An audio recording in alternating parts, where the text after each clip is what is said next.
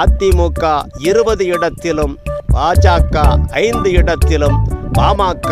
7 இடத்திலும், தேமுதிக 4 இடங்களிலும், புதிய தமிழகம் 1 இடத்திலும், புதிய நீதி கட்சி 1 இடத்திலும்,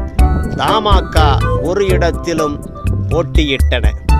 திமுக தலைமையில் திமுக 20 இடங்களிலும், காங்கிரஸ் 9 இடங்களிலும்,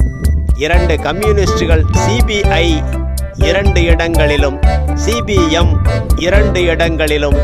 விடுதலை சிறுத்தைகள் கட்சி 2 இடங்களிலும், கொங்கு நாடு மக்கள் தேசிய கட்சி 1 இடத்திலும், மதிமுக 1 இடத்திலும், ஐஜேகே 1 இடத்திலும், இந்திய யூனியன் முஸ்லீம் லீக் 1 இடத்திலும் திமுக தலைமையிலான அணியில் போட்டியிட்டன. அமமுக 38 இடங்களிலும், மக்கள் நீதி மய்யம் 36